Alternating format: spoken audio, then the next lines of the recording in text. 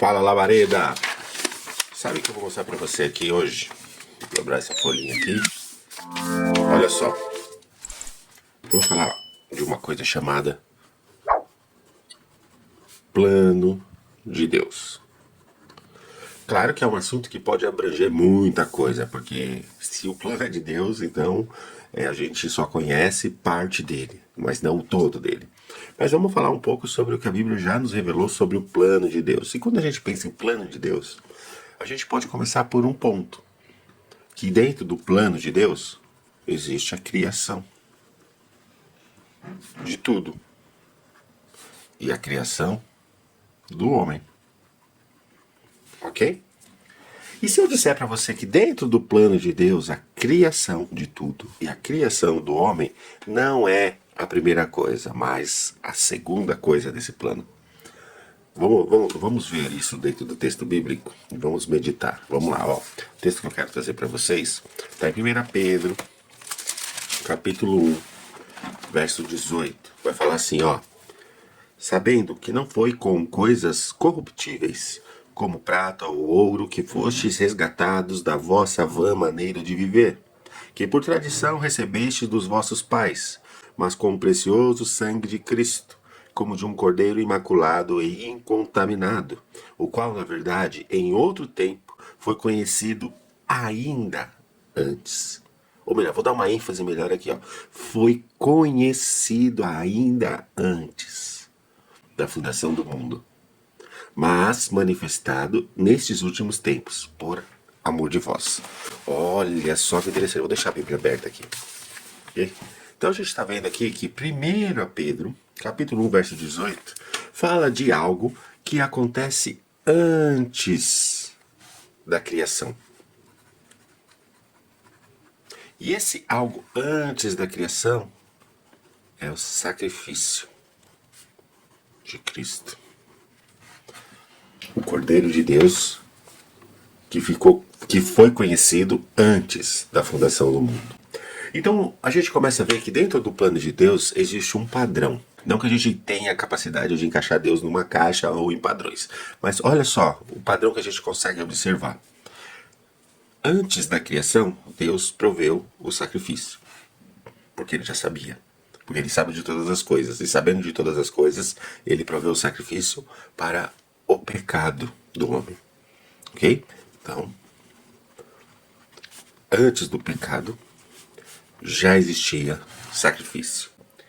E antes do pecador, já existia a justificação. Perdão. Redenção. Ou seja, no capítulo 1 de Gênesis capítulo 1, verso 1, a gente vai ver lá. No princípio criou Deus os céus e a terra era sem forma e vazia. No verso 2, a gente vai ver o haja luz. Ou seja, antes do haja luz, já havia haja cruz. Haja cordeiro. A gente vai perceber essa primeira ação de Deus sendo manifestada no próprio Adão. Porque quando a gente vê a criação, no quinto dia são os animais. No sexto dia, o homem. Ou seja, sacrifício. E Adão. Depois, pecado.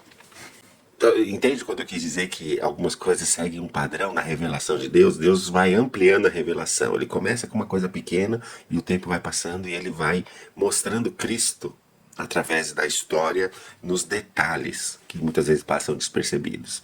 Tá? Então, a gente aprende que antes do pecado já existia o sacrifício. Antes do pecador, Deus já tinha a justificação, o perdão e a redenção. A intenção, e a gente vai chamar isso de tal maneira. Por quê? João 3,16. Porque Deus amou o mundo de tal maneira que antes da fundação do mundo, a gente pode assim dizer, ele já tinha a intenção de justificar, de perdoar e de transformar o homem em uma nova criatura através do seu filho, o Cristo, aquele que veio e morreu. Porque a gente vai ver que quando Adão peca, o pecado de Adão, ele vê que ele está nu. E quando ele está nu, ele se esconde. E quando ele se esconde, Deus fala com ele e logo em seguida, depois da conversa, ele faz vestes com peles de animais. Que animais? Que já tinham sido criados antes de Adão e antes do pecado de Adão. E aqui a gente consegue olhar que no plano de Deus, toda a criação está sob o controle dele. Todas as coisas estão sob o controle dele.